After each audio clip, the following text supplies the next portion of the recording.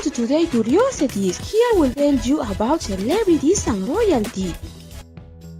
Michael Jackson's songs Prince and Bigi were often inspired by their father at the world premiere of the biopic Michael in Berlin.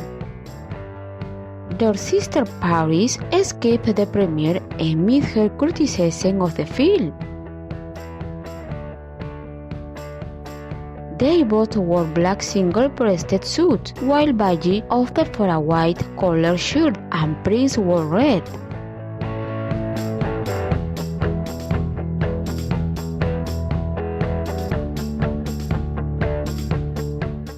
The brothers also both sported a gold crown decal on their suit jackets, as well as armbands, and not to their dad's signature look.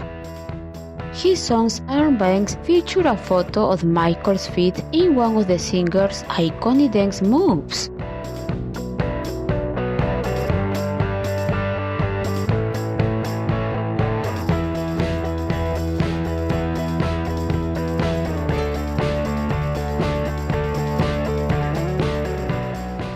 If you like the video, give it a like and share it with everyone. If you are new to the channel, subscribe with notification as I'll continue to talk about these topics.